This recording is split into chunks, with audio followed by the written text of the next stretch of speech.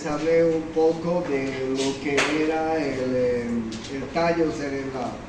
Si ustedes se acuerdan, les dije que el tallo o tronco encefálico también se llama, está formado por el mesencéfalo, la protuberancia y el bulbo raquídeo. El bulbo raquídeo se llama médula oblongada también y la protuberancia se llama puente también. ¿Ok? El mesencéfalo, el puente y la médula oblongada. O el mesencéfalo, la protuberancia y el bulbo raquídeo, como ustedes quieran. ¿Ok? Y yo les decía también que visto macroscópicamente, en el mesencéfalo nosotros podemos encontrar en la parte anterior unas dos columnas que se llaman los pies pedunculares, ¿sí? Los pies pedunculares, y en el medio una fosa que se llama la fosa interpeduncular, que está perforada por numerosos orificios por donde entran varios vasos sanguíneos. Más abajo tenemos el puente o protuberancia, y les decía que este puente se caracteriza porque tiene fibras que están subiendo hacia la corteza cerebral, tiene fibras que están bajando de la corteza cerebral, pero también tiene fibras que están yendo hacia atrás, porque en la parte posterior ustedes ven que el tallo cerebral o tronco encefálico está comunicado ¿con quién? Con el cerebelo, Y el cerebelo es importante porque las fibras sobre todo las fibras que suben y que bajan, tienen conexiones con el cerebelo, porque el cerebelo es el órgano del equilibrio.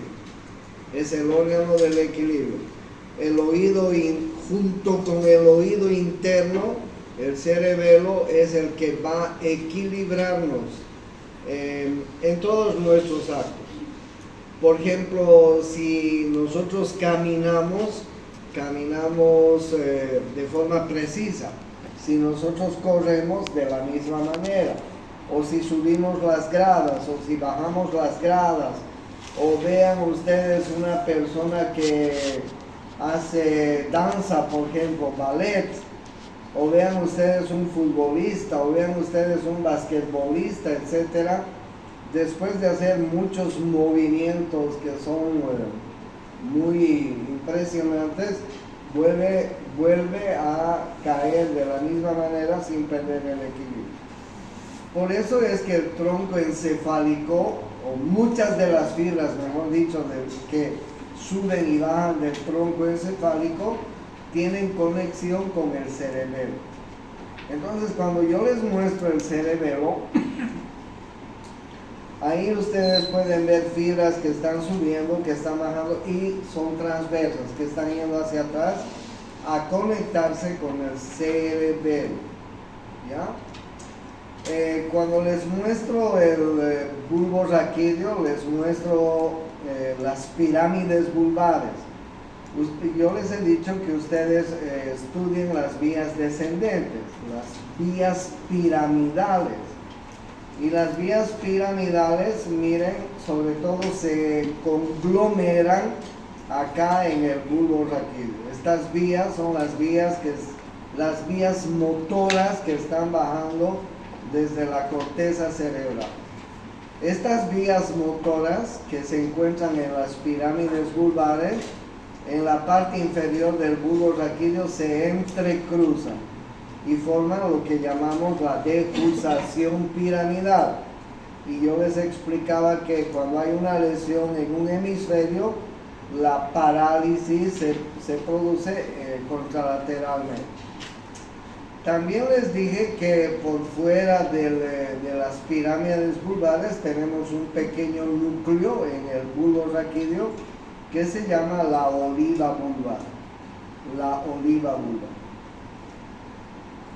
En la parte posterior, ¿qué vamos a ver en la parte posterior del mesencéfalo? Miren, en la parte anterior veíamos los pies pedunculares y la fosa interpeduncular.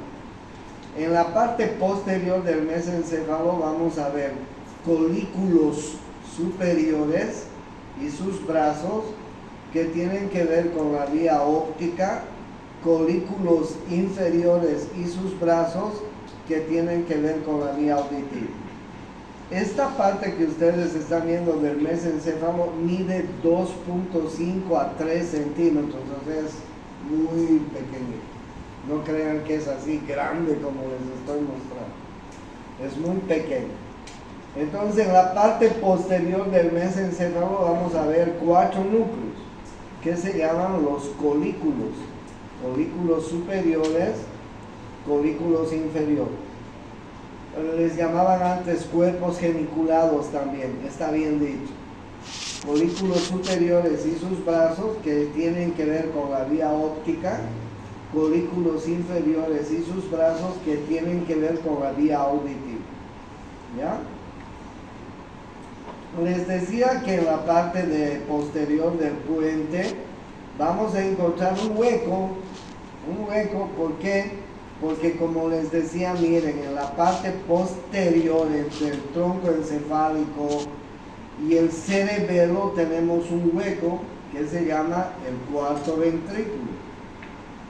Aquí arriba está el tercer ventrículo, aquí abajo está el cuarto ventrículo y aquí está la comunicación entre el cuarto ventrículo y el tercer ventrículo, que se llama el acueducto de Silvio. Como ustedes están viendo, el acueducto del mesencéfalo. Entonces, ¿qué tenemos en la parte posterior de la protuberancia? Cuarto ventrículo.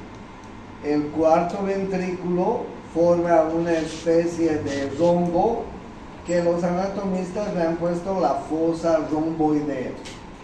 La fosa romboidea. Y miren a los lados lo que vamos a encontrar. Los pedúnculos cerebelosos. Los pedúnculos cerebelosos sirven para que la protuberancia, el puente, se conecte con el cerebelo.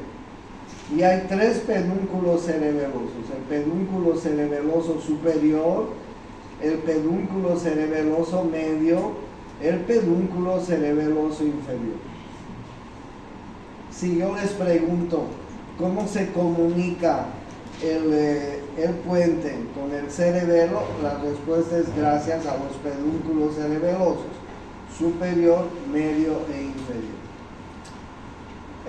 Miren ustedes, dentro de esta fosa romboidea vamos a encontrar algunas eminencias que son producidas por los núcleos de los pares craneales que vamos a encontrar a ese nivel. Porque como ustedes se han dado cuenta, hay pares craneales que están naciendo y saliendo del tronco encefálico y del tallo cerebral. ¿Ok? Entonces vamos a encontrar estas eminencias que forman algunos pares craneales. En la parte posterior del bulbo raquídeo vamos a encontrar el tubérculo grácil y el tubérculo cuneiforme, o si quieren el fascículo de Gall y el fascículo de Burdatch, que se llaman fascículo grácil y fascículo cuneiforme. ¿Ok? Como ustedes ya saben, y supongo que están repasando, la vía del tacto fino sube por el fascículo de Gall y fascículo de Burdatch, o si quieren el fascículo grácil y el fascículo cuneiforme. ¿Sí? Esa es la parte macroscópica que vamos a ver en el tronco encefálico. Pero hay algo más que ustedes van a ver. El límite entre el mesencéfalo y la protuberancia, este límite se llama surco ponto mesencefálico. Surco ponto mesencefálico.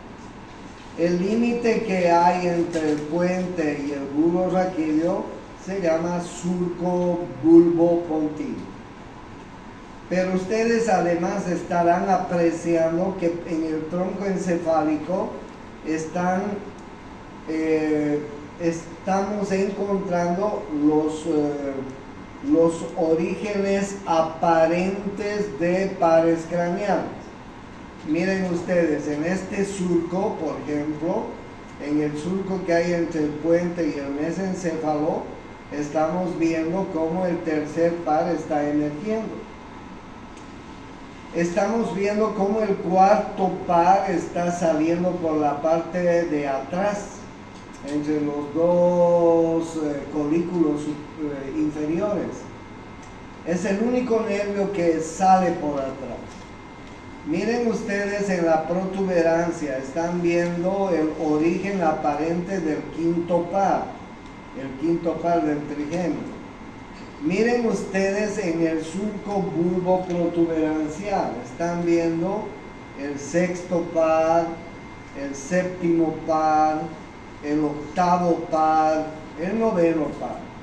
En este surco entre el bulbo y la protuberancia, el surco bulbo protuberancial, nacen aparentemente el sexto, el séptimo, el octavo y el noveno par. Cuatro pares craneales.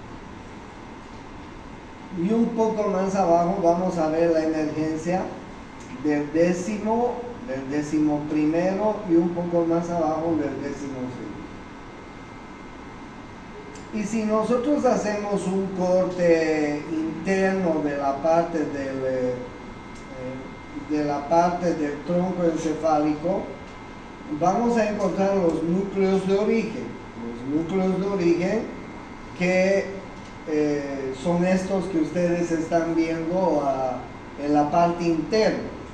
Por ejemplo, miren ustedes, en el mesencéfalo estamos viendo el núcleo motor y el núcleo accesorio del tercer par. En la protuberancia estamos viendo el cuarto par, el núcleo real, ya ahí nacen, ¿sí? Una cosa es el núcleo de origen y otra cosa es el núcleo aparente, por donde aparentemente están emergiendo. Pero ahí estamos viendo el verdadero origen de los pares craneales. Cuarto par. Les hablaba del quinto par. El quinto par, como es un nervio muy amplio, porque inerva sensitivamente a casi toda la cabeza, no a casi toda, a toda la cabeza. Miren, tiene un núcleo mesencefálico, tiene un núcleo protuberancial, tiene un núcleo bulbar y tiene un núcleo espinal. Miren el quinto par, qué capo, qué bárbaro, ¿no? Y tiene un pequeño núcleo que es el núcleo motor del trigémino, esta cagarita de azul. Sí, este nervio del trigémino, este núcleo motor, va e inerva los músculos masticadores. Pero el resto del núcleo del trigémino es sensitivo para la cabeza. Y ahí ustedes pueden ver por dónde sale el trigémino, por ejemplo, en el caso de los odontólogos. El trigémino sale por la parte lateral de la protuberancia. Y vamos a encontrar ahí, su ganglio, ¿no? Y a partir de este ganglio salen las tres ramas del trigémino. ¿Cuáles son las tres ramas del trigémino? Fíjense ustedes. El nervio oftálmico, el nervio maxilar, el nervio mandibular. ¿No es cierto? El quinto par. Por ahí está el núcleo del sexto par. Más abajo está el núcleo del séptimo par. Y así sucesivamente hasta el 12º par, nosotros vamos a encontrar en el tronco encefálico los núcleos reales del tercer, cuarto, quinto, sexto, séptimo, octavo, noveno, décimo, 11º y 12º par. O sea, los núcleos desde el tercero hasta el 12º nacen ¿dónde? En el tronco encefálico. Esa es una de las características muy importantes del tronco encefálico. Además que les he mostrado las características macroscópicas, les muestro esta característica muy importante del tronco encefálico o tallo cerebral, así se llama. Que en el tallo cerebral nacen los núcleos de origen y los núcleos aparentes desde el tercer par hasta el 12º par. ¿Ok? Cada uno de estos nervios, y los vamos a ver posteriormente, son de diferente laya, ¿no? Hay algunos nervios que son motores, hay algunos nervios que son sensitivos, hay algunos nervios que son sensoriales, hay algunos nervios como el 10º par que conduce inervación parasimpática, o sea, son de diferente función, si vale el tema, ¿ya? Vamos a ir viendo cada uno de los nervios una vez que terminemos de estudiar el tronco encefálico, ¿ya? Y vamos a ir viendo qué características tiene. Una de las características importantes que tiene el tronco encefálico es esta, que en el tronco encefálico tenemos estos dos núcleos, el núcleo rojo y la sustancia negra. Miren ustedes esta figura que les estoy mostrando. El núcleo rojo y la sustancia negra son dos núcleos que tienen conexiones con la corteza cerebral y con los núcleos de la base. Son núcleos súper importantes que están en el mesencéfalo. Núcleo rojo y sustancia negra. Son núcleos muy importantes que tienen conexiones con los núcleos de la base y con la corteza cerebral. Tanto fibras aferentes como sobre todo fibras eferentes o descendentes. ¿Ya? Miren, ambos núcleos son puntos importantes para la motricidad. No sé si pueden leer.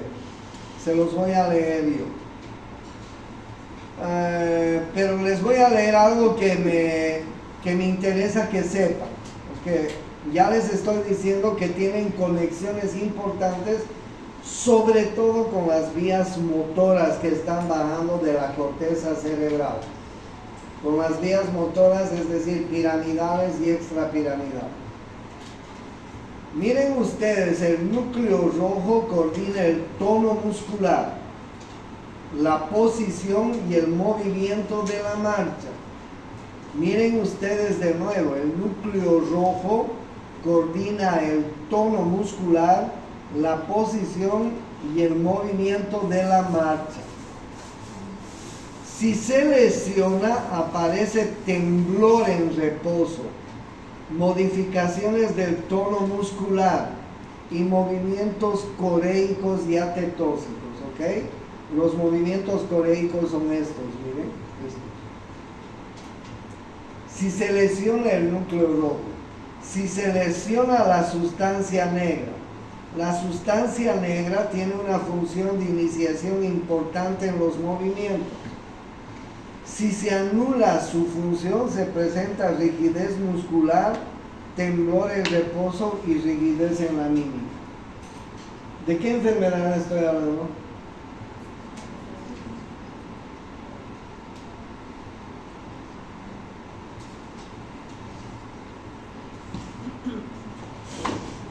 ¿Nunca han visto un paciente con enfermedad de Parkinson? No me he podido afeitar, van a disculpar, me han quemado unas verruguitas que tenía en el cuello y el desgraciado del médico me ha dicho 2 semanas sin afeitarse, doctor. Así que 2 semanas voy a ver con mi papá Noel. Pido disculpas porque para eso, no sé, no me gusta. La enfermedad de Parkinson es una enfermedad que afecta la motricidad de los pacientes. Ustedes van a ver pacientes que tienen temblor en reposo, pero no solo de las manos, sino de todo el cuerpo. Si le das a un paciente con Parkinson un vaso de agua para que se sirva, el paciente se va a echar así, o se va a echar así, o se va a golpear la cara. El paciente con Parkinson no puede hacer esto, no puede hacer esto. El paciente con Parkinson no puede caminar adecuadamente porque va a caminar como si estuviera borrachito y rígido. Es decir, no puede mantener el equilibrio. Y cuando le dices que se siente, el paciente con Parkinson se sienta para no caerse agarrándose de todo lado porque teme caerse. Y cuando le dices que se pare, se para también tratando de no caerse, manteniendo el equilibrio. Entonces el Parkinson es una de las enfermedades donde se pierde la conexión con las fibras de la motricidad, con las fibras motoras. Pero eso además produce un problema de orden personal muy importante en las personas mayores, obviamente. Porque las personas mayores se van involucionando porque no quieren hablar con nadie, porque les da vergüenza, les da temor, porque comienzan a hablar mal, a vocalizar mal las palabras y entonces se hacen muy introvertidos. Y de ahí empiezan las otras enfermedades degenerativas de la vejez. Entonces miren qué importante es el núcleo rojo y la sustancia negra. ¿Por qué en este momento nosotros, los seres humanos, somos capaces de escribir por Dios? ¿Qué otro animal hace eso? ¿Por qué les decía en la anterior clase? ¿Por qué los odontólogos tienen la capacidad de agarrar sus instrumentos tan importantes? ¿Ok?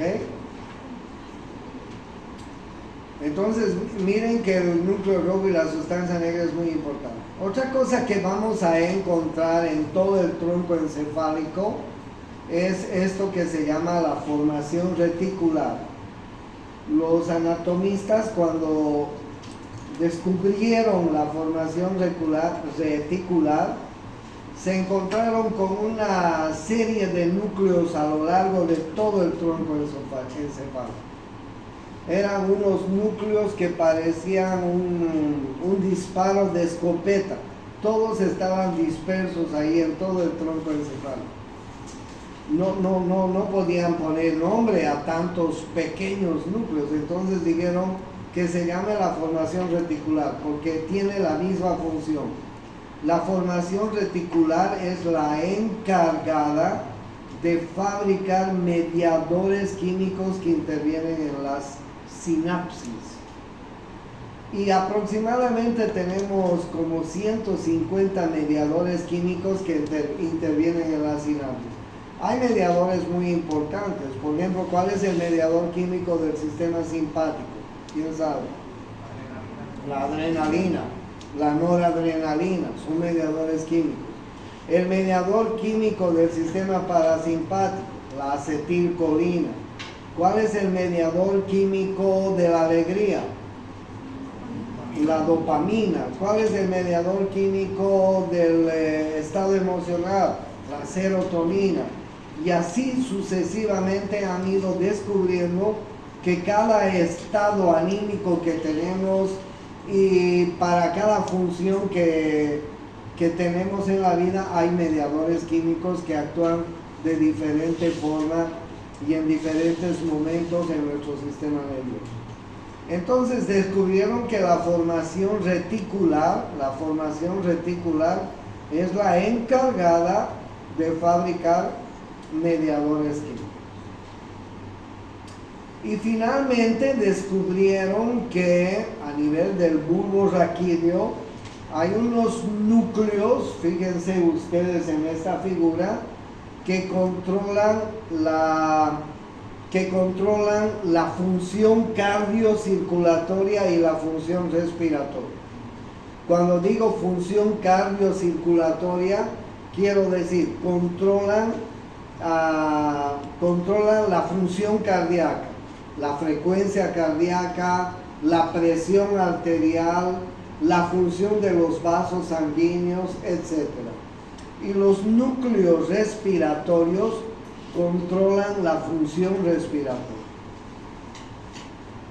Entonces miren qué importantes son estos núcleos que tenemos en la parte inferior del bulbo, que se llaman los núcleos de la función cardiocirculatoria y la función respiratoria. Si una persona recibe un golpe en la base del cuello, en la base del cerebro, si una persona se cae y recibe un golpe ahí, justo ahí, puede morir con un paro cardiorrespiratorio. Es que tuve que venir a repetir porque piensa el cuello grave. Si una persona se cae y se golpea el cuello contra el pretil de la acera, pues se muere, le da un paro cardiorrespiratorio, ¿entiendes? Y si a una persona le dan un golpe ahí, también puede morir. Entonces, ahí tenemos los núcleos de la función cardíaca y de la función respiratoria, importante. ¿Ya?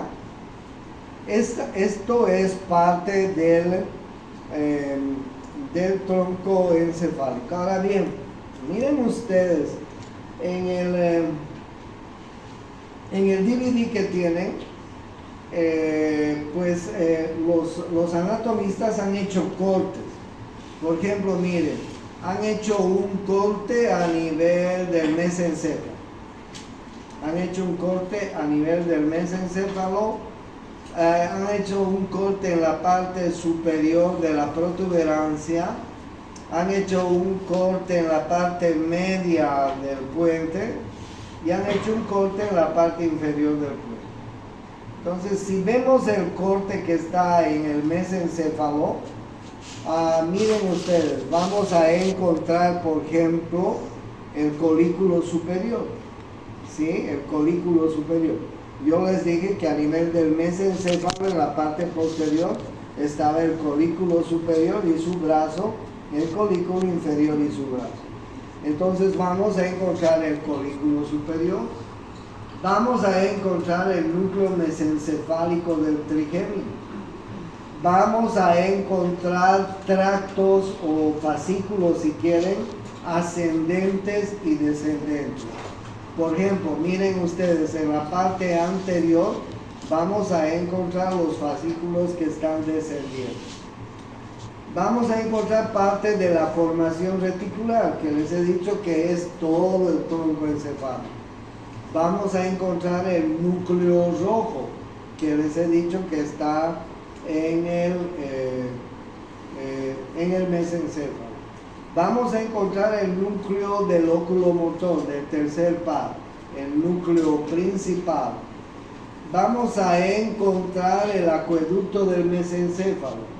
O sea, todo lo que les he ido mencionando, si hacemos un corte, vamos a encontrar. Bajaremos un poquito para que me terminen de entender. Este es un corte a nivel de la protuberancia. Miren, ahí vamos a encontrar los tractos descendentes que se van a ir conectando con el cerebelo, pero ahí pueden ver el tracto piramidal.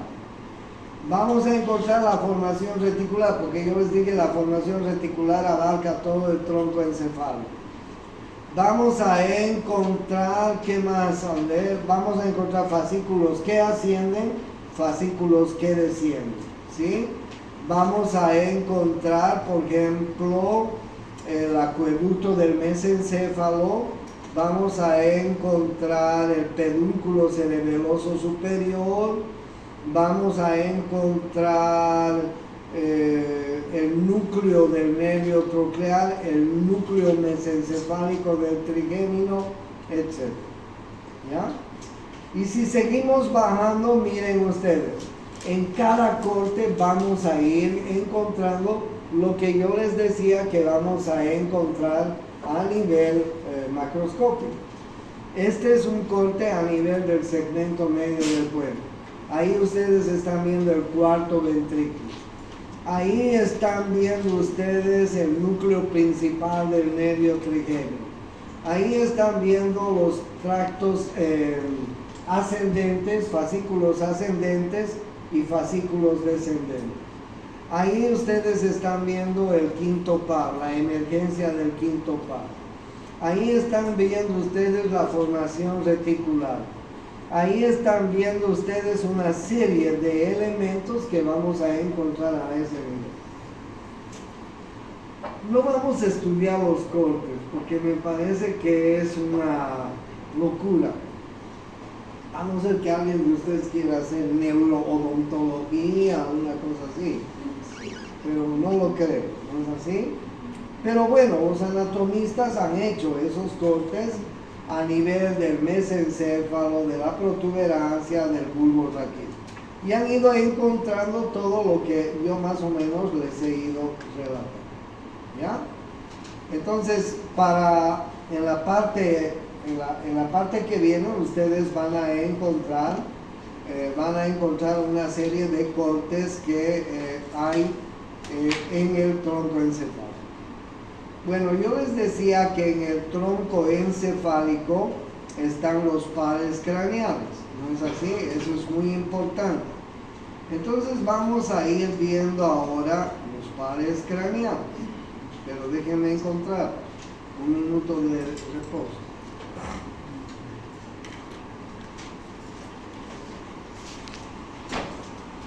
A ir viendo los pares craneales, porque esto es lo que hemos encontrado en el tronco encefálico, ¿no?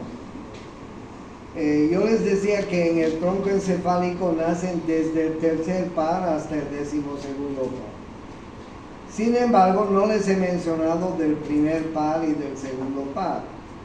Miren, este es el primer par. Claro, el primer y el segundo par son prolongaciones directas del cerebro. No nacen en el tronco encefálico, no nacen en el tallo cerebral. Miren ustedes, el núcleo, ¿cómo nace? ¿Cómo es la vía olfatoria? En el fondo de la fosa nasal, nosotros tenemos las células olfatorias. Miren ustedes, ahí están viendo. Las células olfatorias se sinapsean con los filetes nerviosos del nervio olfatorio. El nervio olfatorio está encima de la lámina cribosa del etmoides y emite filetes nerviosos que ingresan por la lámina cribosa del etmoides. Ahí ustedes pueden ver los filetes nerviosos. Estos filetes nerviosos del nervio olfatorio se sinapsean con las células olfatorias. ¿Cuál es la función de las células olfatorias en los seres humanos? ¿Cuál es la función? Olfatear, oler. ¿Qué olemos los seres humanos? Olemos olores agradables, olores desagradables. ¿O qué otra cosa más podemos hacer con el oído? Digo, con el olfato. Nada más que oler, ¿no es cierto? Oler, nos sirve para oler. Ahora miren ustedes dónde termina el olfato. Termina en un pequeño lóbulo, en un pequeño núcleo, mejor dicho, que tenemos a nivel del lóbulo temporal. ¿Ok? Miren ustedes, ahí está el núcleo que tenemos a nivel del lóbulo temporal. Si hubiera en esta región alguna lesión, imagínense una inflamación, imagínense una hemorragia, imagínense un tumor, etc. ¿Qué nos pasaría? Nos dejaríamos de oler, ¿no es cierto?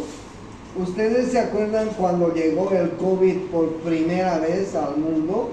¿Cuál fue el primer síntoma que sentimos todos cuando nos enfermábamos de COVID? Pérdida de olfato, correcto. ¿Por qué? Porque el bichito desgraciado se entraba en la vía olfatoria y lo inflamaba. Por eso es que si ustedes se acuerdan, para que nos hagan el diagnóstico, nos metían un algodoncito largo, nos barrían la parte superior del olfato y nos llevaban hasta atrás el algodoncito largo, ¿no es cierto? Hacían un barrido y después lo llevaban al laboratorio para determinar si encontraban o no encontraban restos del virus. Y si encontraban restos del virus, pues salía positivo que estábamos con COVID o no. Acuérdense cómo era. Pero miren ustedes en los animales, los seres humanos tenemos unas 100.000 células ahí olfatorias. Pero el resto de los mamíferos tiene más o menos 1.000.000 de células olfatorias en cada fosa nasal. Por eso es que los mamíferos pues tienen un olfato tremendo, ¿no? Porque además la vía olfatoria de los mamíferos está en relación con el cerebro medio, con lo que llamamos el sistema límbico. A los animales, ¿para qué más les sirve la vía olfatoria? ¿Para qué otra cosa además les sirve? Eso, para cazar. Cuando tienen hambre, ¿qué hacen? Olfatean sus presas. ¿No es cierto? Olfatean sus... Y las presas olfatean el peligro también. Porque si un venadito olfatea a un tigre, pues se va a hacer pepa, ¿no? No se va a ir a entregar. Entonces, bien, le sirve para cazar. ¿Y para qué más? Algo que no tenemos los seres humanos.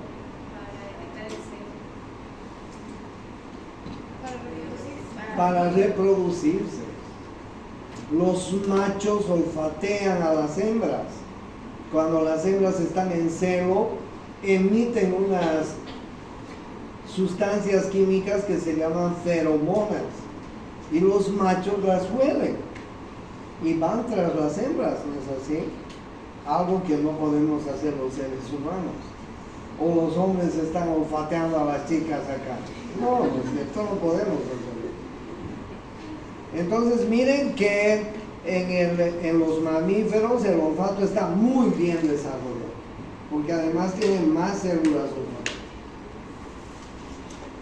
Esa es la vía olfatoria. La vía olfatoria no nace en el tronco encefálico, en el tallo cerebral. Es una prolongación del cerebro. Miren ustedes la vía óptica. En el fondo del ojo tenemos la capa más, la última capa del fondo del ojo, se llama la retina, la capa nerviosa del ojo. Y en la capa nerviosa del ojo nosotros tenemos unas células especializadas que se llaman los conos y los bastones. ¿Para qué nos sirven los conos y los bastones? Nos sirven para ver en blanco, en negro, en multicolor, en ancho, en alto y en profundidad. Miren qué interesante estos conos y bastones. Porque con los conos y con los bastones nos vemos como somos, ¿no es cierto? Y una característica de los conos y bastones es que podemos ver tridimensional. Algo que no lo hacemos normalmente. Si vemos la televisión o si nos vamos al cine, no podemos ver tridimensionalmente, como ustedes están viendo ahora o yo a ustedes. Pero hay algo más. Les cuento que en el fondo de la retina, en el fondo del ojo, en la retina, donde están los conos y los bastones, las imágenes las vemos volcadas. Las vemos volcadas. Ese es el problemita. Que si solo veríamos con el ojo, con la retina del ojo, nos veríamos volcados. Entonces, ¿qué tiene que hacer la vía óptica para ver las imágenes tal cual vemos? Pues miren ustedes, yo les decía, la retina es la última capa nerviosa del ojo. La retina se continúa con los nervios ópticos. Miren ustedes, este es el nervio óptico del lado izquierdo, este es el nervio óptico del lado derecho. salen de la órbita y un poco más atrás se entrecruzan los nervios ópticos. Se entrecruzan los nervios ópticos. Y se produce este entrecruzamiento por delante de la silla turca. Se llama el quiasma óptico. Después del quiasma óptico, la vía óptica continúa a través de los tractos ópticos, ¿sí? Y van y hacen sinapsis con los colículos superiores o sus brazos. Acuérdense del mesencéfalo de la parte posterior. Les decía colículo superior y sus brazos que están en relación con la vía óptica. Colículo inferior y sus brazos que están en relación con la vía auditiva. Entonces miren ustedes cómo el tracto óptico se sinapsea con los colículos superiores, cuerpos geniculados también se los llama, y desde ahí siguen las radiaciones ópticas. Las radiaciones ópticas terminan en el lóbulo occipital, en el área 17 de Brodmann. Miren cómo termina. O sea, ¿dónde vemos tal cual vemos? En el lóbulo occipital. Ahí estamos viendo tal cual vemos. No es que vemos con el ojo, vemos con el cerebro. Ahora bien, se imaginan, miren que es largo el trayecto óptico. ¿Se imaginan si en todo este trayecto óptico hubiera alguna lesión? Por ejemplo, una hemorragia cerebral, por ejemplo, un infarto cerebral, por ejemplo, un tumor cerebral. Pues se desconectaría nuestra vía óptica y nos afectaría en la visión. Por eso es que como la vía óptica es bastante larga, es muy susceptible de que se lesione. El otro día vino una señora, una cholita que se había volcado en el camión y se golpeó la cabeza, estuvo 30 días en el hospital en coma y vino a mi consultorio y dijo: doctor, no veo. Bueno, yo no soy yo el oftalmólogo, es mi esposa la oftalmóloga, pero ella me dice: oye, ¿qué hacemos? Esta mujer no ve. ¿Qué le pasó? Dice que ha tenido un accidente, se ha golpeado la cabeza, ha estado en coma más de un mes y ha recuperado bien, pero el único problema es que no ve de un ojo, del ojo derecho, izquierdo. Pues, ¿qué habrá pasado? No sabemos tampoco con exactitud. Hemos hecho sacar una tomografía y toda la vía óptica está normal. Parece que ha tenido una contusión tan fuerte, un golpe tan fuerte al volcarse el camión en el que venía la cholita, que pues su vía óptica se ha lesionado. Ahora, lo que no sabemos si esa lesión va a ser pasajera o va a ser forever, ¿no? Para siempre. Le hemos dado algunos medicamentos con el afán de que mejore, esperemos que mejore. Pero se dan cuenta cómo es la vía óptica de larga. Entonces, ¿dónde está el centro de la visión? En el lóbulo occipital, área 17 de Brodmann. ¿Dónde está el centro de la olfacción? En el lóbulo temporal. Lóbulo temporal. ¿Y dónde está el centro de la visión? En el lóbulo occipital. Qué interesante. ¿No es así? Primer y segundo par. Pero a partir del tercer par, yo ya les he dicho que nacen en el tallo cerebral los otros pares craneales. ¿Cuáles eran los otros? El tercero, el cuarto, el quinto, el sexto, hasta el 12º. Y si ustedes pueden evidenciar, aquí están los nervios que están naciendo, por ejemplo, en el mesencéfalo. En el mesencéfalo están haciendo el tercer par. ¿Ok? El tercer par se llama nervio, ¿qué se llama? Oculomotor. Ya. Miren ustedes, este es el núcleo principal y el núcleo accesorio del oculomotor. Ahí están viendo los dos núcleos principal y accesorio del oculomotor. Ahí me voy a quedar porque es difícil de hilar. Miren lo que hace el nervio oculomotor. Entra en la órbita y el tercer par va a ir a inervar la mayor parte de los músculos que están alrededor del ojo. ¿Sí? Miren, si este es el ojo, imagínense este que sea el iris, la parte coloreada del ojo. Al centro del ojo tenemos la pupila y alrededor del ojo la conjuntiva.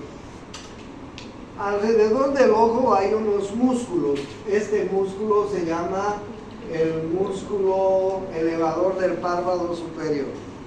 Este músculo se llama el recto superior. Este músculo se llama el recto inferior. Este músculo que está hacia adentro se llama el recto medial. Este músculo que está hacia afuera se llama el recto lateral. Hay un músculo que está aquí encima que se llama el oblicuo superior y hay otro oblicuo que se llama el oblicuo inferior. ¿Cómo yo puedo revisar a una persona si sus músculos oculares están bien? Pues mire, señor Dorado, por favor, sin mover la cabeza, usted va a seguir la punta del bolígrafo. Sin mover la cabeza, señor Dorado.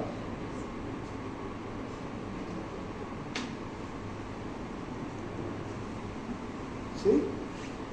Ustedes están viendo que mis ojos están moviéndose, ¿no es cierto? Si no han visto es porque soy un poco chico. ¿Qué hace el músculo elevador del párpado superior? Parpadea. Sí, parpadea. ¿Qué hace el músculo recto superior? Lleva el ojo hacia arriba. ¿Qué hace el músculo recto inferior? Lleva el ojo hacia abajo. ¿Qué hace el músculo recto medial? Lleva el ojo hacia adentro. ¿Qué hace el músculo recto lateral? Lleva el ojo hacia arriba, o digo hacia afuera. Entonces cada uno de los músculos tiene una función. El sexto par, ¿qué se llama el sexto par? Abducens. Inerva el recto lateral. O sea, gracias al sexto par podemos llevar el ojo hacia afuera. El tercer par, el cuarto par se llama troclear. Lleva el ojo hacia arriba y hacia afuera. El cuarto par se llama el nervio troclear. ¿Ok? El resto de músculos está inervado por el tercer par. Este está inervado por el tercer par. Este está inervado por el tercer par, es decir, el elevador del párpado, el recto superior, el recto medial, el recto inferior y el oblicuo inferior. O sea, el tercer par es el que inerva la mayor parte de los músculos. ¿Qué pasa si se lesiona el tercer par? ¿Qué pasa si se lesionaría el tercer par? Pues ni siquiera podríamos abrir el párpado. Porque miren, se paralizaría hasta el músculo elevador del párpado superior. O sea, se produciría una ptosis palpebral. Se nos caería el párpado. Y no podíamos llevar el ojo hacia arriba, hacia abajo, hacia adentro. El tercer par es el más importante. ¿Entienden? Entonces, ¿qué hace el tercero, el cuarto y el sexto? Inervan los músculos que están alrededor del ojo. Gracias a ellos podemos llevar el ojo hacia arriba, hacia abajo, hacia afuera, hacia adentro, rotar el ojo, etc. ¿Entienden? Y ustedes ya saben que estos nervios nacen en el tronco encefálico. Ya saben ustedes. El tercer par, además, inerva el músculo ciliar. El músculo ciliar es el que controla el iris. Y gracias a la contracción y a la relajación del iris, nosotros podemos abrir la pupila. Nosotros podemos abrir y cerrar la pupila. Si estamos en un lugar muy oscuro, ¿qué pasa con nuestra pupila? ¿Se abre o se cierra? Se abre. ¿Qué se llama eso? Midriasis. Y si nos salimos al sol ahorita, ¿qué pasa con nuestra pupila? Se cierra. Eso se llama miosis. ¿Ok? Entonces el tercer par controla el músculo ciliar, que a la vez controla la contracción y la relajación del iris, que a la vez controla la apertura y el cierre de la pupila. Cuando nosotros salimos al sol, la pupila se cierra. Si estamos en la oscuridad, la pupila se abre. El mejor ejemplo de eso son los gatos, ¿no es cierto? Vean a los gatos en el día su pupila es una línea rectita, ¿no es cierto? Pero véanlo al gato en la noche, su pupila se abre como un plato, bien abierto. ¿Ok? Entonces hoy hemos visto el primero, el segundo, el tercero, el cuarto y el sexto. La siguiente clase vamos a ver el quinto, que para ustedes es muy importante el quinto. ¿Ok? Bueno, quiero agradecerles a todos por los obsequios que han hecho para que llevemos, ¿no? También he